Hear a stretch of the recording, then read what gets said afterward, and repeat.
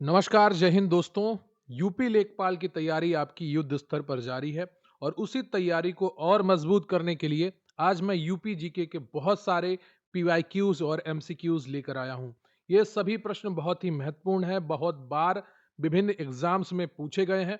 तो वीडियो को लाइक कर लीजिएगा, चैनल पर नया है चैनल को सब्सक्राइब कर लीजिएगा, क्योंकि प्रश्न यहीं से आएगा। आप पढ़ते रहेंगे आप मेरे साथ तो आपको यकीन आएगा। रही बात इन सभी प्रश्नों की पीडीएफ्स की और हमारे अन्य वीडियोस की पीडीएफ की, तो आपको स्क्रीन पर एक व्हाट्सएप नंबर दिख रहा होगा, वहां पर जाकर आप मैसेज करिए और आप सभी पीडीएफ्स प्राप्त कर सकते हैं। 100 से अधिक हम पीडीएफ प्रोवाइड करवा चुके हैं और सभी कंटेंट बहुत ही हाई क्वालिटी का रहता है हमारा। काफी मेहनत के साथ ये सभी पीडीएफ्स तैयार की जाती हैं, तो आप जरूर जुड़िए। फीस बहुत कम है। ये फीस और सैलरी का अंतर आप देखिएगा तो आपको बहुत ज्यादा फायदा मिलने वाला है। चलिए बिना वक्त गवाए शुरू करते हैं आज का ये बेहतरीन सेशन। प्रश्न है आपका कि उत्तर प्रदेश राज्य विद्युत उत्पादन निगम लिमिटेड यूपीआरवीयूएनएल का गठन किस अधिनियम के तहत और कब किया गया था? सही उत्तर है इसका ऑप्शन डी, कंपनी अधिनियम 1956 के तहत 25 अगस्त 1980 को। इसकी स्थापना राज्य में ताप विद्युत यानी कि थर्मल पावर उत्पादन के लिए 25 अगस्त 1980 को हुई थी। अगला प्रश्न है आपका कि नरौरा परमाणु विद्युत संयंत्र उत्तर प्रदेश में किस जिले में स्थित है? बताइएगा, नरौरा परमाणु विद्युत संयंत्र उत्तर प्रदेश के किस जिले में स्थित है? सही उत्तर है आपका बुलंदशहर। नरौरा परमाणु विद्युत संयंत्र उत्तर प्रदेश के बुलंदशहर में है और ये यूपी का एकमात्र परमाणु ऊर्जा यानी कि न्यूक्लियर एनर्जी संयंत्र है। अगला प्रश्न है आपका कि रिक्त स्थान मुख्य रूप से मिर्जापुर और सोनभद्र जिलों में पाया जाता है, जो सीमेंट के निर्माण में एक महत्वपूर्ण कच्चा माल है। यूपी ट्रिपल एससी कनिष्ठ विश्लेषक 2025 का प्रश्न है, सही उत्तर बताइएगा। और सही उत्तर है आपका चूना पत्थर मुख्य रूप से मिर्जापुर और सोनभद्र के जिलों में पाया जाता है, जो सीमेंट के निर्माण में एक महत्वपूर्ण कच्चा माल है। अगला प्रश्न है आपका कि निम्नलिखित में से कौन सा शहर एल्यूमिनियम के उत्पादन का प्रमुख केंद्र है? बताइएगा, निम्नलिखित में से कौन सा शहर एल्यूमिनियम के उत्पादन का प्रमुख केंद्र है? UP triple SC X ray technician 2024 में पूछा गया प्रश्न है। सही उत्तर है आपका रेणुकूट। रेणुकूट जो सोनभद्र जिले में है, ये एल्यूमिनियम उत्पादन का प्रमुख केंद्र है। यहाँ हिंडाल्को का कारखाना स्थापित है। अगला प्रश्न है आपका कि उत्तर प्रदेश वन विभाग के अनुसार कौन सी दो नदियां उत्तर प्रदेश में पीलीभीत टाइगर रिजर्व की दक्षिणी सीमा बनाती हैं? गंगा और यमुना, गोमती और रामगंगा, शारदा और खाकरा, घाघरा और Rapti. UP triple SC junior assistant 2025 का प्रश्न है और सही उत्तर है आपका शारदा और खाकरा। पीलीभीत टाइगर रिजर्व की दक्षिणी सीमा मुख्य रूप से शारदा और खाकरा नदियों से बनती है। यह तराई क्षेत्र का एक प्रमुख आरक्षित वन क्षेत्र है। अगला प्रश्न है आपका कि किस वर्ष किशनपुर वन्यजीव अभ्यारण्य को वन्यजीव संरक्षण अधिनियम के तहत वन्यजीव अभ्यारण्य घोषित किया गया था? यूपी ट्रिपल एससी मंडी सचिव 2025 का प्रश्न है और सही उत्तर है आपका यहां पर ऑप्शन ए, 1972 में। किशनपुर वन्यजीव अभ्यारण्य को 1972 में संरक्षित घोषित किया गया। यह उत्तर प्रदेश के जिले में लखीमपुर खीरी जिले में दुधवा टाइगर रिजर्व का हिस्सा है। अगला प्रश्न है आपका कि उत्तर प्रदेश में किस वन्य जीव अभ्यारण्य का नाम एक नदी के नाम पर रखा गया है, जिसका अर्थ है चंद्रमा की चमक? यूपी ट्रिपल एससी मंडी सचिव 2025 का प्रश्न है और बहुत आसानी से आप इसका उत्तर कर पा रहे होंगे। ए ऑप्शन सही है, चंद्रप्रभा वन्यजीव अभ्यारण्य। चंद्रप्रभा का अर्थ होता है चंद्रमा की चमक।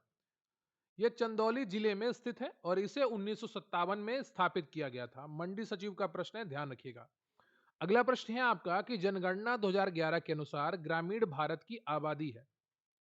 सही उत्तर है आपका 83.3 करोड़, जो भारत की जनसंख्या का लगभग 68.8% है और ये गांव में निवास करती है। अगला प्रश्न है आपका कि उत्तर प्रदेश में माता टीला बांध का निर्माण किस नदी पर किया गया है? यह नेत्र परीक्षण अधिकारी 2025 में पूछा गया प्रश्न है और सही उत्तर है आपका बेतवा नदी।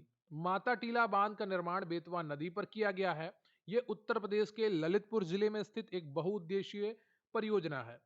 अगला प्रश्न है आपका कि उत्तर प्रदेश में बहने वाली पवित्र नदी गंगा किन नदियों के मिलने से बनी है? और ये सही उत्तर है आपका अलकनंदा और भागीरथी नदी।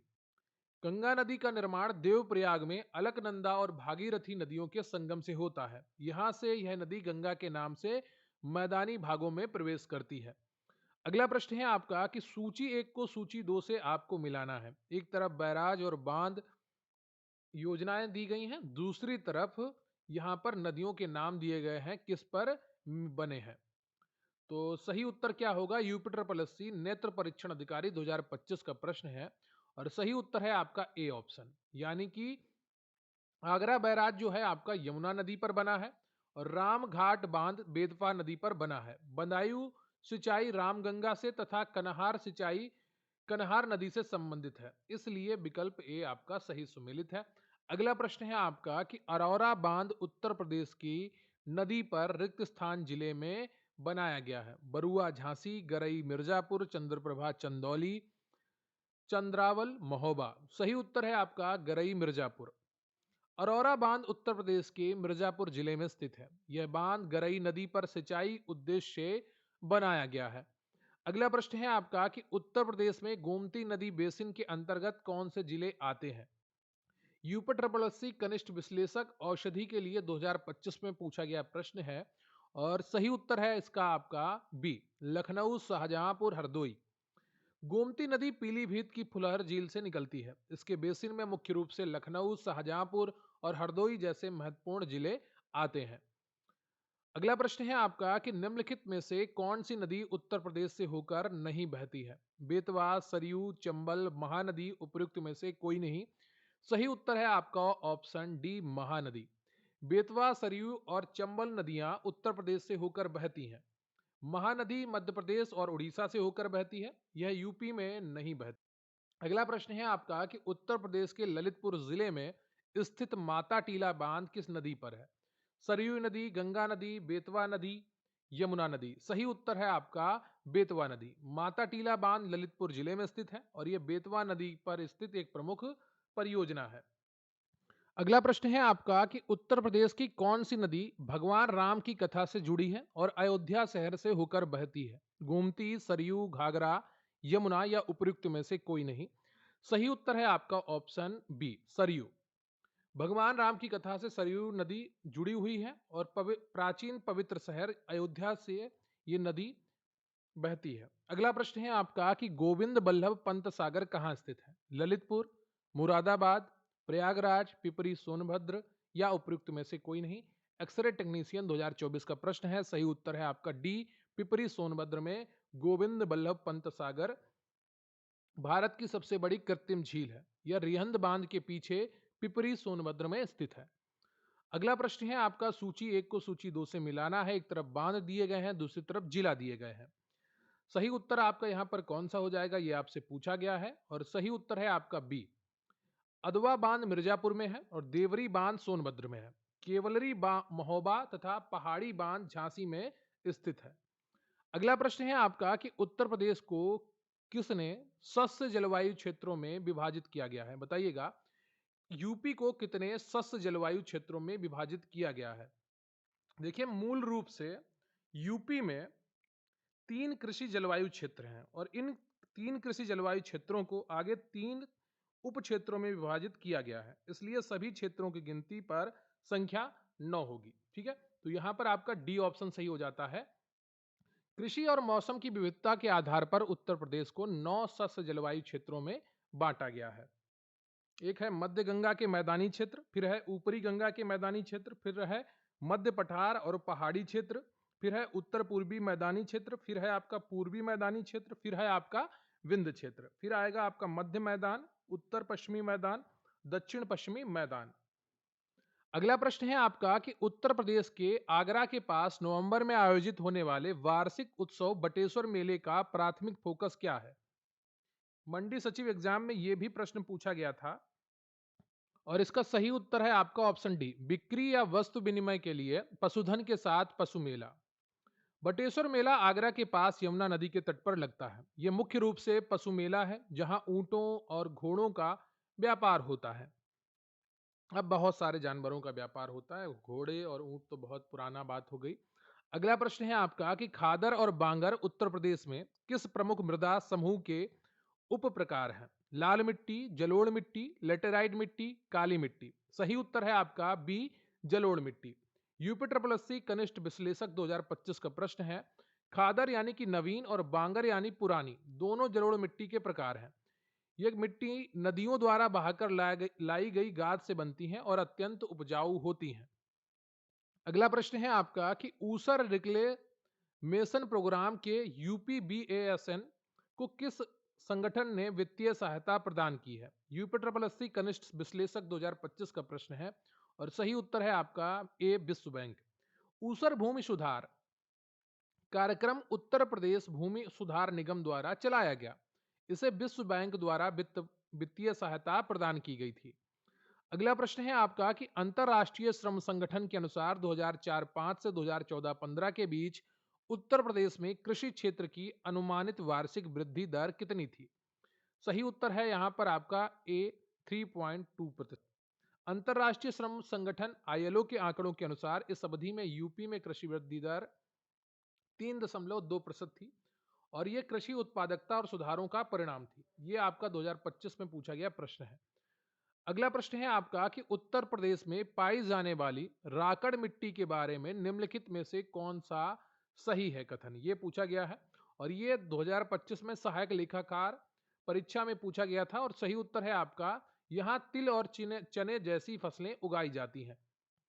राकड़ मिट्टी मुख्य रूप से ढलान वाले क्षेत्रों में पाई जाती है। ये कम उपजाऊ होती है, इसलिए इसमें तिल और चने जैसी फसलें उगाई जाती हैं।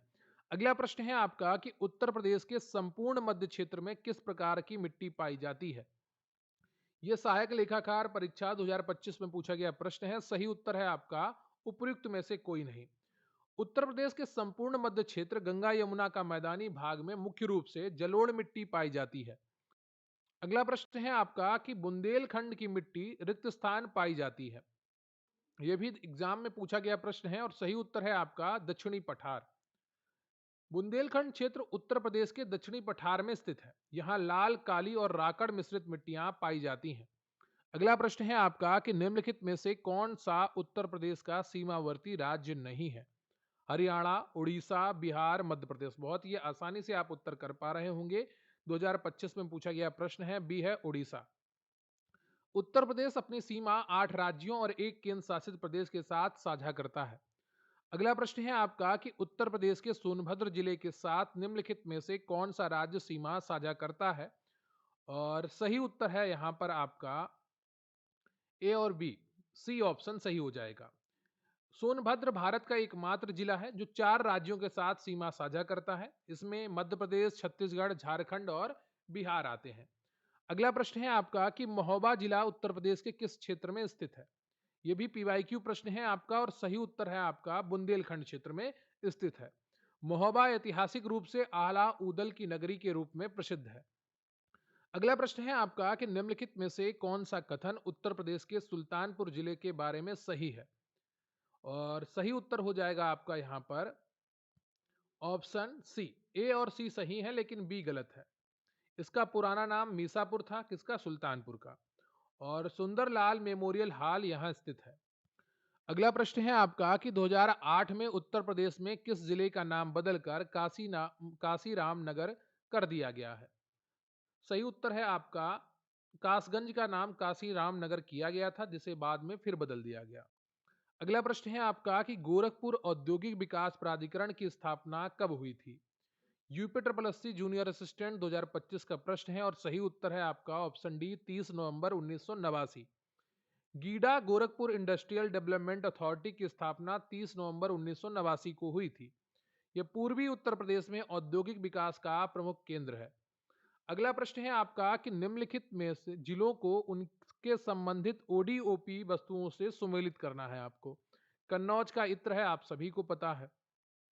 लखनऊ की चिकनकारी है और सही उत्तर हो जाएगा आपका ऑप्शन ए। ठीक है। भदोई का जो है वो कालीन दरी है और मुरादाबाद का आपका धातु शिल्प है। अगला प्रश्न है आपका निम्नलिखित में से कौन सा सही सुमेलित नहीं है? यह आपसे पूछा गया है। यूपी ट्रिपल एससी कनिष्ठ विश्लेषक 2025 में पूछा गया प्रश्न है। सही उत्तर है इसका ऑप्शन बी। लाल बहादुर शास्त्री हवाई अड्डा जो है ये आपका वाराणसी में स्थित है। ठीक है, वाराणसी में स्थित है। और लखनऊ में जो हवाई अड्डा है उसका नाम है चौधरी चरण सिंह अंतरराष्ट्रीय हवाई अड्डा। अगला प्रश्न है आपका कि भारत में निम्नलिखित में से कौन सा हवाई अड्डा संस्कृत में घोषणा करने वाला पहला हवाई अड्डा बना है।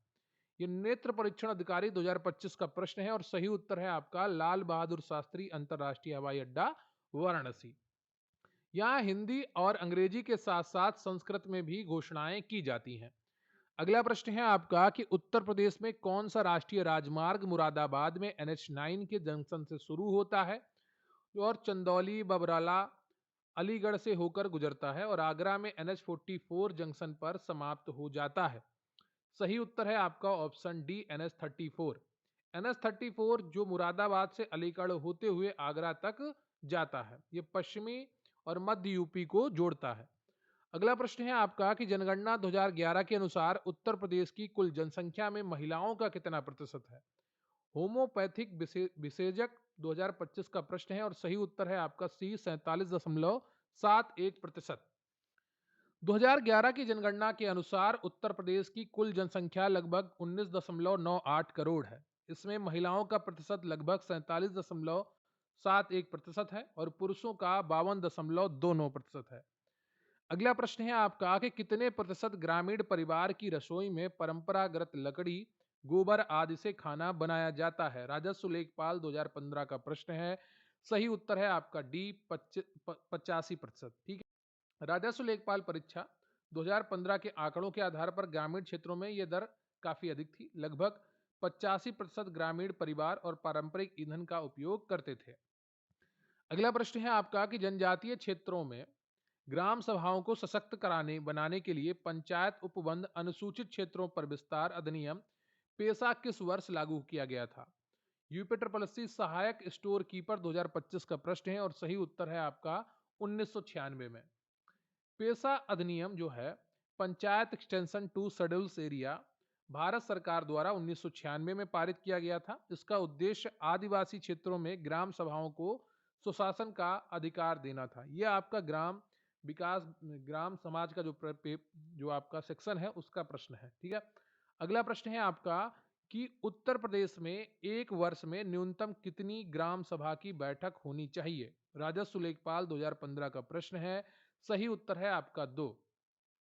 उत्तर प्रदेश पंचायती राज अधिनियम के तहत ग्राम सभा की बैठक अनिवार्य है। एक वर्ष में न्यूनतम 2 बैठकें रबी और खरीफ की फसल कटने के बाद होनी चाहिए। अगला प्रश्न है आपका कि महेंद्र सिंह टिकैत ने निम्नलिखित में से किस मुद्दे के खिलाफ अप्रैल 1987 में पश्चिमी उत्तर प्रदेश में एक बड़े किसान विद्रोह का नेतृत्व किया था। यूपी ट्रिपल एससी सहायक स्टोर कीपर 2025 का प्रश्न है। क्या लगता है ऐसे प्रश्न आपके एग्जाम में आने चाहिए। सही उत्तर है आपका बिजली दरों में प्रस्तावित वृद्धि को लेकर। भारतीय किसान यूनियन के नेता महेंद्र सिंह टिकैत ने 1987 में बड़ा आंदोलन किया था। यह मुख्य रूप से बिजली दरों में वृद्धि के खिलाफ मुजफ्फरनगर के करमुखेड़ी से शुरू हुआ था। अगला प्रश्न है आपका कि एका आंदोलन 1921-22 के बारे में निम्नलिखित में से कौन से कथन गलत है। यह जमींदारों के नेतृत्व में ब्रिटिश नीतियों के विरुद्ध था। यह लखनऊ से शुरू होकर बाराबंकी हरदोई सीतापुर तक फैल गया। सहायक स्टोर कीपर का प्रश्न है और सही उत्तर है इसका डी। एका आंदोलन का नेतृत्व बहराइच के पासी आदिवासी किसानों ने किया था। एका आंदोलन अवध के किसानों का आंदोलन था जिसका नेतृत्व मदारी पाशी ने किया था। यह बहराइच के पासी आदिवासी वाला कथन पूर्णतः सत्य नहीं है अर्थात डी कथन आपका गलत है। और ये प्रारंभ में भारतीय राष्ट्रीय कांग्रेस का समर्थन प्राप्त करता था। ठीक है, तो ये सारी चीजें आपको ध्यान रखना होगा। अगला प्रश्न है आपका कि देवनागरी लिपि के विकास किस लिपि से हुआ था। प्रकृति लिपि, ब्राह्मी लिपि, पाली लिपि, नेपाली लिपि और सही उत्तर है इसका ब्राह्मी लिपि से। नेत्र परीक्षण अधिकारी 2025 का प्रश्न है। देवनागरी भारत की प्रमुख लिपियों में से एक है जिसमें हिंदी संस्कृत आदि लिखी जाती हैं। अगला प्रश्न है आपका कि उत्तर वैदिक युग में उत्तर प्रदेश को किस नाम से जाना जाता था। सही उत्तर है आपका मध्य देश। नेत्र परीक्षण अधिकारी 2025 का प्रश्न है।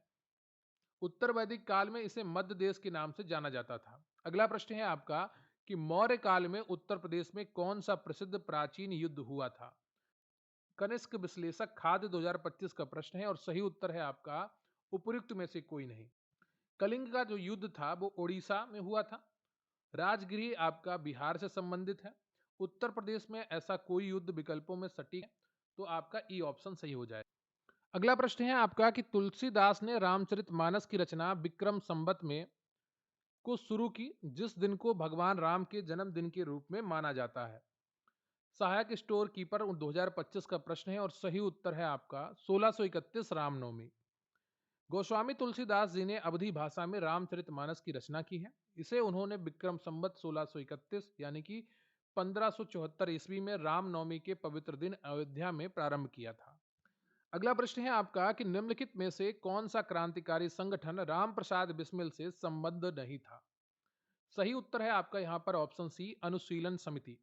राम प्रसाद बिस्मिल एचआरए, मातृ देवी वेदी और शिवाजी समिति से गहरे रूप से जुड़े थे। अनुशीलन समिति मुख्य रूप से बंगाल का संगठन था, जिससे उनका सीधा संबंध नहीं था।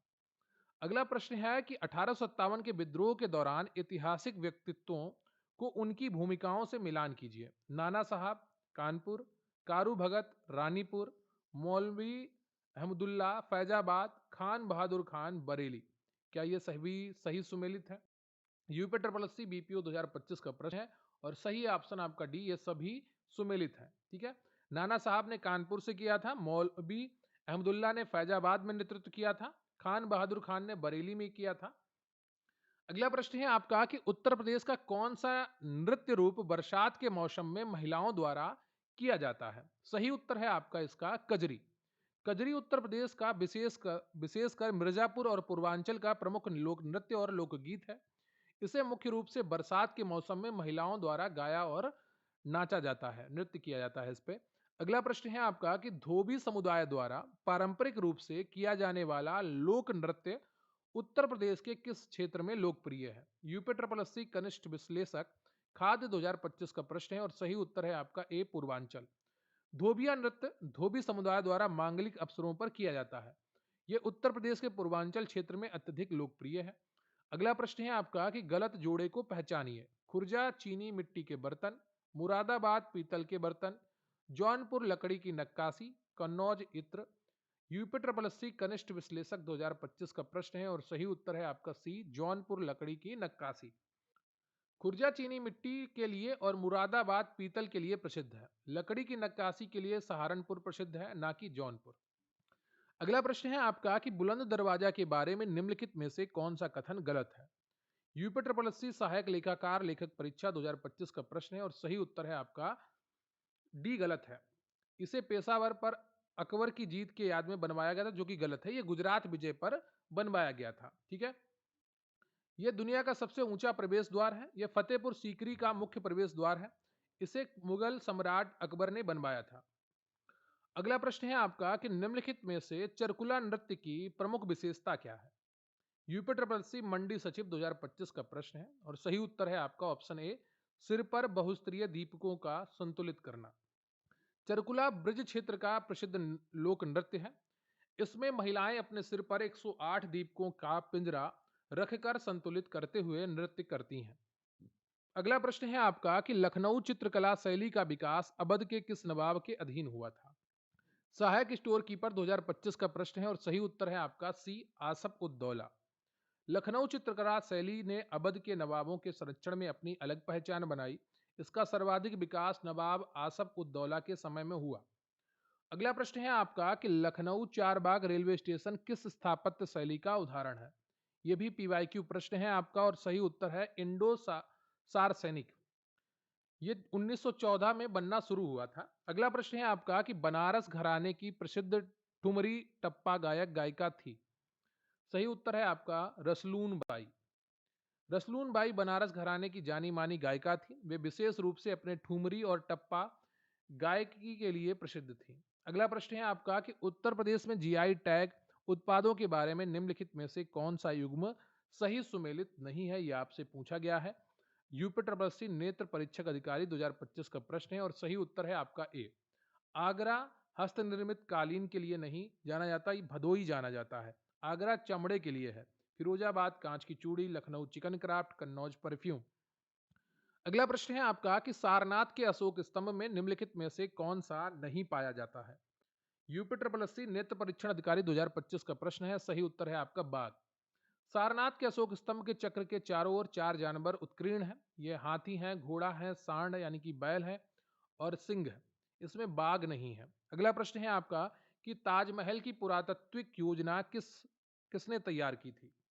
ये भी पीवाईक्यू प्रश्न है आपका और सही उत्तर है उस्ताद अहमद लाहौरी ने। तो ताजमहल के प्रमुख जो वास्तुकार थे वो उस्ताद अहमद लाहौरी थे और यह ताजमहल शाहजहां ने बनवाया था। अगला प्रश्न है आपका कि किसे 2008 में यूनेस्को द्वारा मानवता की अमूर्त सांस्कृतिक विरासत घोषित किया गया था? 2025 का प्रश्न है और सही उत्तर है रामलीला। यूनेस्को ने भारत के कई पारंपरिक परंपराओं को अमूर्त सांस्कृतिक विरासत सूची में शामिल किया गया है। वर्ष 2008 में रामलीला को इसी प्रतिष्ठित सूची में शामिल किया गया था। अगला प्रश्न है आपका कि कौन सा घराना ख्याल गायकी और ध्रुपद धमार का मिश्रण है? सही उत्तर है आपका आगरा घराना। आगरा घराना हिंदुस्तानी शास्त्रीय संगीत का प्रमुख घराना है। इसकी गायकी में ख्याल और ध्रुपद धमार का अनूठा मिश्रण देखने को मिलता है। अगला प्रश्न है आपका कि उत्तर प्रदेश के उच्च न्यायालय के मुख्य न्यायाधीश की नियुक्ति कौन करता है? राजस्व लेखपाल 2015 का प्रश्न है और सही उत्तर है भारत का राष्ट्रपति। भारत के संविधान के अनुसार राज्यों के उच्च न्यायालयों के मुख्य न्यायाधीश की नियुक्ति होती है और यह नियुक्ति भारत के राष्ट्रपति द्वारा भारत के मुख्य न्यायाधीश और राज्य के राज्यपाल के परामर्श से की जाती है। अगला प्रश्न है आपका कि उत्तर प्रदेश का झूला नृत्य किस माह में किया जाता है? सही उत्तर है आपका डी श्रावण। झूला नृत्य ब्रज क्षेत्र का एक अत्यंत लोकप्रिय नृत्य है। यह विशेष रूप से बरसात के श्रावण मास में मंदिरों में किया जाता है। अगला प्रश्न है आपका कि उत्तर प्रदेश में फतेहपुर सीकरी शहर की स्थापना का श्रेय किस मुगल सम्राट को दिया जाता है? सही उत्तर है आपका अकबर का। अकबर को, ठीक है, यह भी पीवाईक्यू प्रश्न है। अकबर ने इसकी स्थापना की थी और इसे अपनी राजधानी बनाया था। अगला प्रश्न है आपका कि निम्नलिखित में से कौन से नृत्य की शुरुआत उत्तर प्रदेश में हुई थी? सही उत्तर है आपका एक कथक। भारत के 8 शास्त्रीय नृत्यों में से कथक का उद्गम उत्तर प्रदेश क्षेत्र से हुआ है। यह कथा कहने की एक पारंपरिक कला है। अगला प्रश्न है आपका कि उत्तर प्रदेश सरकार द्वारा एक जनपद एक उत्पाद ओडीओपी योजना किस वर्ष चालू की गई थी? सही उत्तर है आपका ऑप्शन डी 2018। यह योजना 24 जनवरी 2018 को पारंपरिक उद्योगों को बढ़ावा देने हेतु शुरू की गई थी। अगला प्रश्न है आपका कि कौन सा लोकगीत मुख्य रूप से उत्तर प्रदेश में महिलाओं द्वारा परिवार में बच्चे के जन्म को एक शुभ क्षण के रूप में मनाने के लिए किया जाता है? यूपी ट्रिपल एससी मंडी सचिव 2025 का प्रश्न है और सही उत्तर है आपका बी सोहर। सोहर अवध और पूर्वांचल क्षेत्र का प्रसिद्ध पारंपरिक लोकगीत है। इसे विशेष रूप से बच्चे के जन्म के मांगलिक अवसर पर महिलाओं द्वारा गाया जाता है।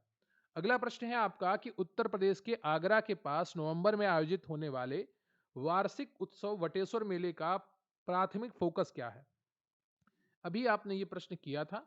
ए है बिक्री या वस्तु विनिमय के लिए पशुधन के साथ पशु मेला। अगला प्रश्न है आपका कि मैथिली शरण गुप्त के बारे में निम्नलिखित में से कौन सा कथन सही है? उनका जन्म झांसी जिले में हुआ था। उनकी पहली प्रमुख कृति रंग में भंग थी। टैगोर ने उन्हें राष्ट्रकवि की उपाधि दी थी। ये भी पीवाईक्यू प्रश्न है और सही उत्तर है आपका ए और बी सही है। राष्ट्र कवि की जो उपाधि है वो महात्मा गांधी ने दी थी, टैगोर ने नहीं दी थी। झांसी के चिरगांव में इनका जन्म हुआ था और इनकी पहली जो प्रारंभिक कृति है वो रंग में भंग है। अगला प्रश्न है आपका कि मुंशी प्रेमचंद के बारे में निम्नलिखित में से कौन से कथन सही है? 2025 का प्रश्न है। जन्म वाराणसी में हुआ। प्रमुख कृतियां प्रेमा गोदान है। मृत्यु 8 अक्टूबर 1966 को हुई। सही उत्तर है ए और बी सही है। इनकी जो मृत्यु हुई थी वो 1936 में हुई थी। मुंशी प्रेमचंद का जन्म वाराणसी में हुआ था और बहुत सारी इनकी कृतियां हैं। लम्हई में हुआ था इनका जन्म और गोदान उनकी महान कृति है। अगला प्रश्न है आपका कि अज्ञेय किस साहसिक आंदोलन के प्रमुख प्रतिपादक थे? प्रवर्तन सिपाही 2025 का प्रश्न है और सही उत्तर है आपका डी नई कविता और प्रयोगवाद। सच्चिदानंद हीरानंद वात्सायन का जो उपनाम है वो अज्ञेय है। ये हिंदी साहित्य के मूर्धन्य रचनाकार थे।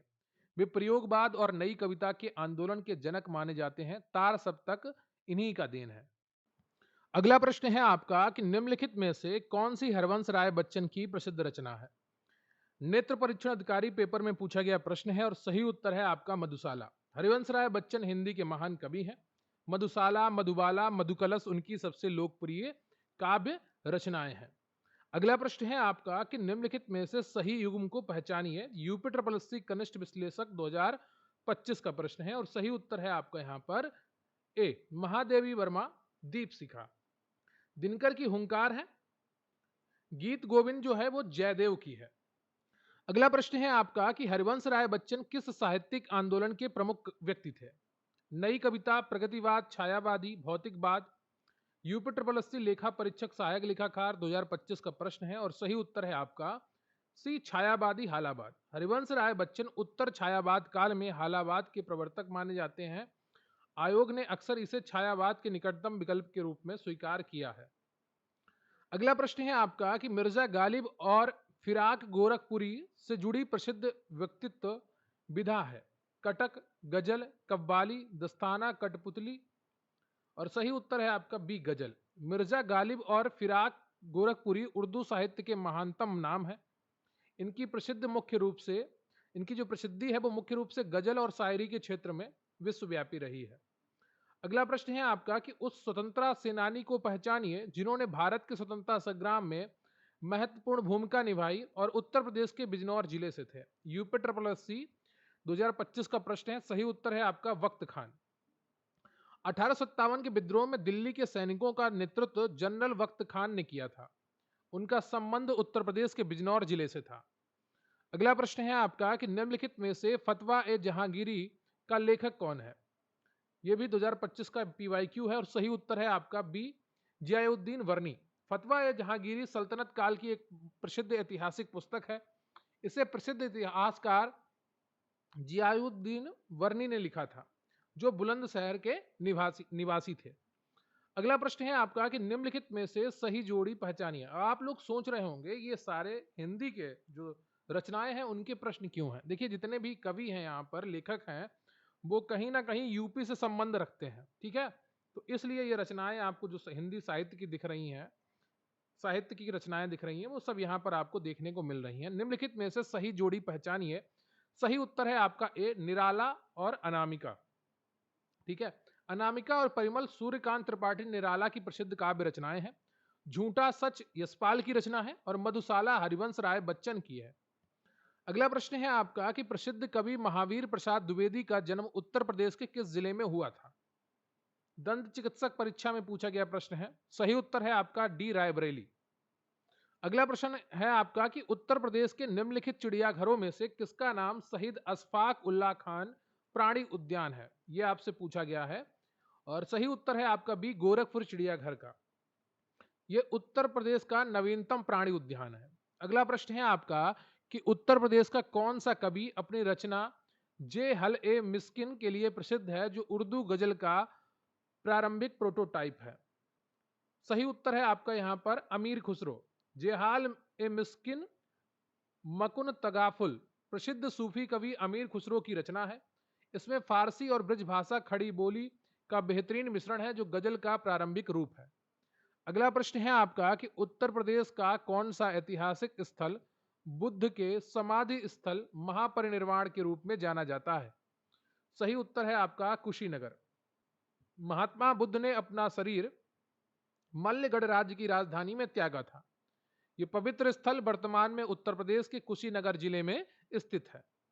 अगला प्रश्न है आपका कि उस स्वतंत्रता सेनानी की पहचान कीजिए जिसने भारत के स्वतंत्रता संग्राम में महत्वपूर्ण भूमिका निभाई और उत्तर प्रदेश के शाहजहांपुर जिले से थे। यूपी ट्रिपल एससी दंत चिकित्सा 2025 का प्रश्न है और सही उत्तर है आपका अशफाक उल्लाह खान। अशफाक उल्लाह खान और राम प्रसाद बिस्मिल दोनों गहरे मित्र और क्रांतिकारी थे। इन दोनों का संबंध उत्तर प्रदेश के शाहजहांपुर से था और काकोरी कांड में इन्हें फांसी दी गई थी। अगला प्रश्न है आपका कि कौन सी रचना राहुल सांकृत्यायन की नहीं है। सही उत्तर है आपका ए, शांति धर्म। राहुल सांकृत्यायन को हिंदी यात्रा साहित्य का पितामह कहा जाता है। जीने के लिए दिवोदास, जय योध्याय उनकी कृतियां हैं जबकि शांति धर्म उनकी रचना नहीं है।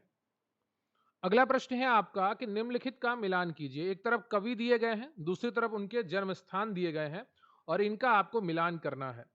महादेवी वर्मा, सुभद्रा कुमारी, जयशंकर प्रसाद, अबुल फैज फैजी।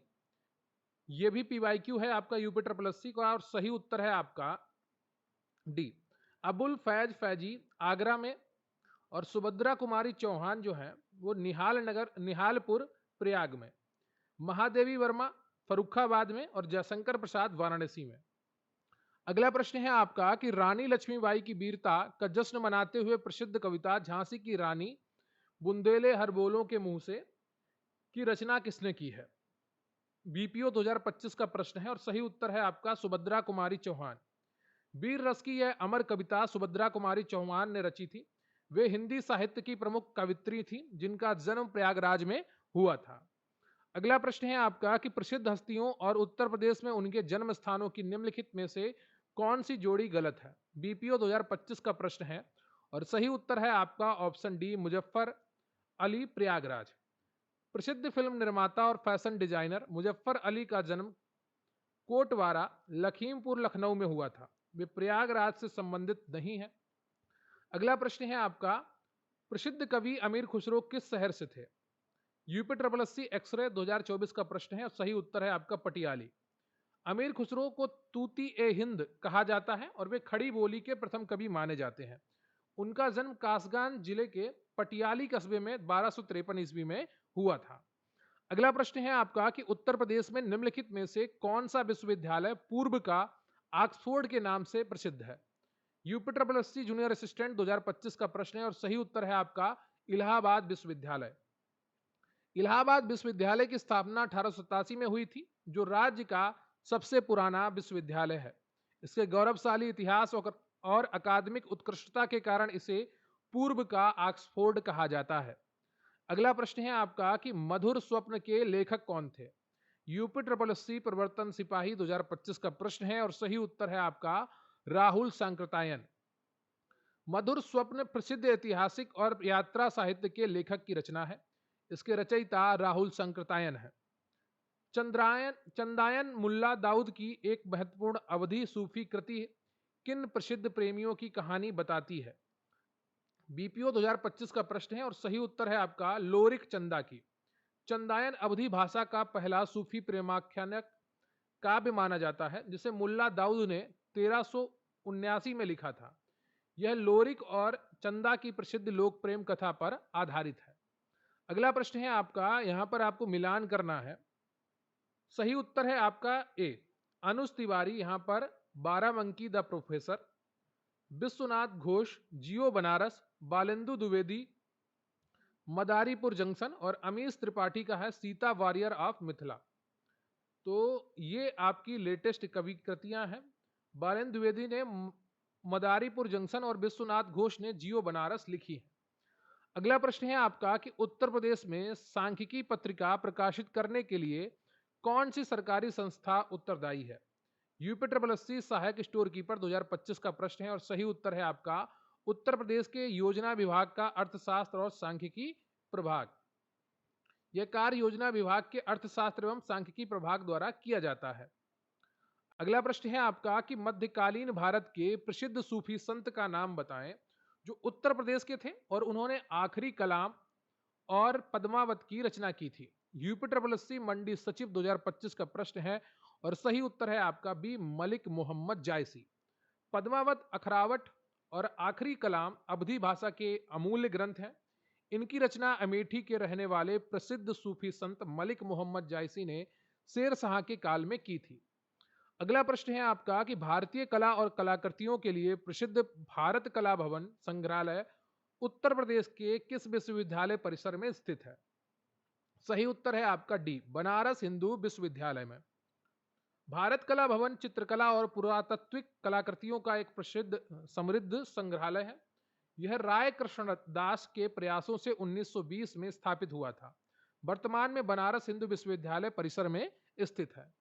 अगला प्रश्न है आपका कि किसने बनारस में सेंट्रल हिंदू कॉलेज की स्थापना की थी? एनी बेसेंट, देवी सिंह, बाल गंगाधर तिलक, मदन मोहन मालवीय, उपयुक्त में से कोई नहीं।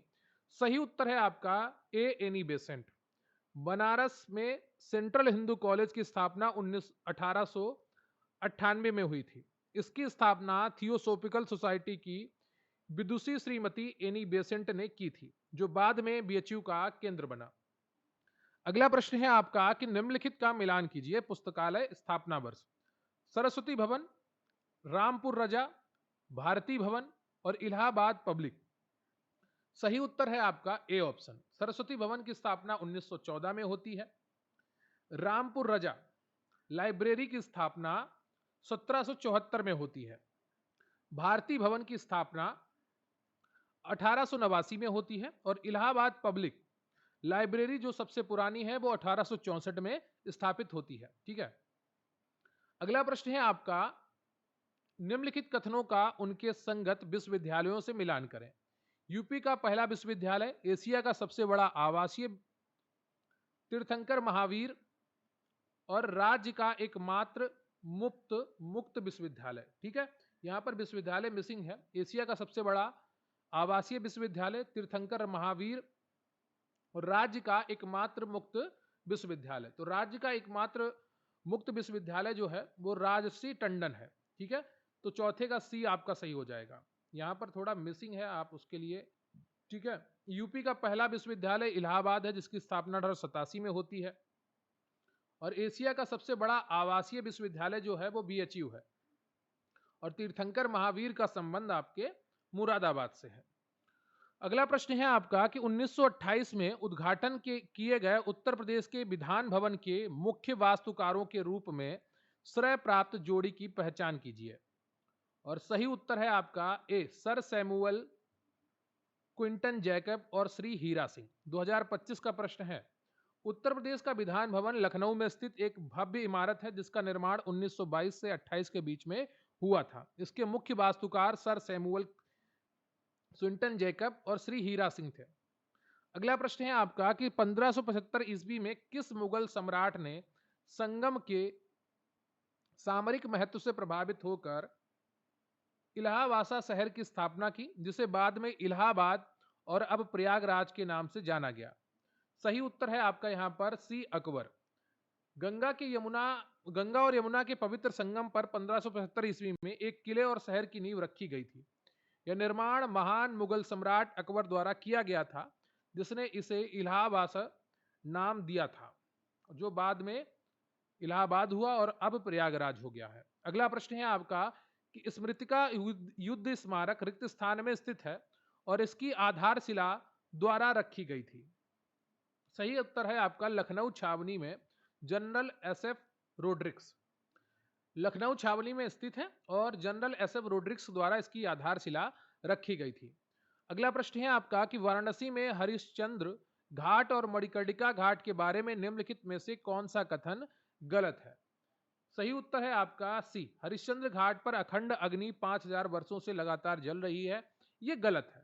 ठीक है, मणिकर्णिका घाट पर चक्रकुंड पाया जाता है, यह सही है। हरिश्चंद्र घाट को वाराणसी का सबसे पुराना शमशान घाट माना जाता है, यह भी सही है। राजा हरिश्चंद्र को शमशान घाट पर डोम के रूप में काम करने के लिए मजबूर किया गया था, यह भी सही है। अगला प्रश्न है आपका कि आगरा किले के बारे में निम्नलिखित में से कौन सा कथन सही है, यह आपसे पूछा गया है। प्रवर्तन सिपाही 2025 का प्रश्न है और सही उत्तर है आपका सी, दोनों कथन ए और सी सही है, बी गलत है। ए यानी कि अकबर ने इसका निर्माण शुरू कराया, सही है। इसका निर्माण अब्दुल खान की देखरेख में शुरू हुआ, यह गलत है। यह यमुना नदी के तट पर स्थित है, यह भी सही है। तो जो इसका निर्माण है कासिम खान वास्तुकार की देखरेख में हुआ था।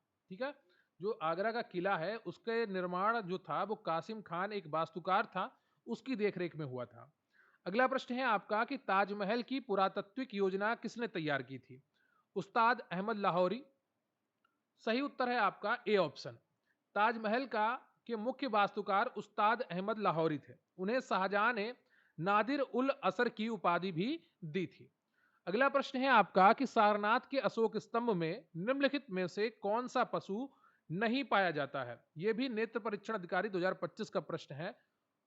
यह प्रश्न रिपीट हो गया है, माफी चाहूंगा। सही उत्तर है आपका डी, बाघ। अगला प्रश्न है आपका कि सारनाथ में धमेक स्तूप के बारे में निम्नलिखित में से कौन सा कथन गलत है।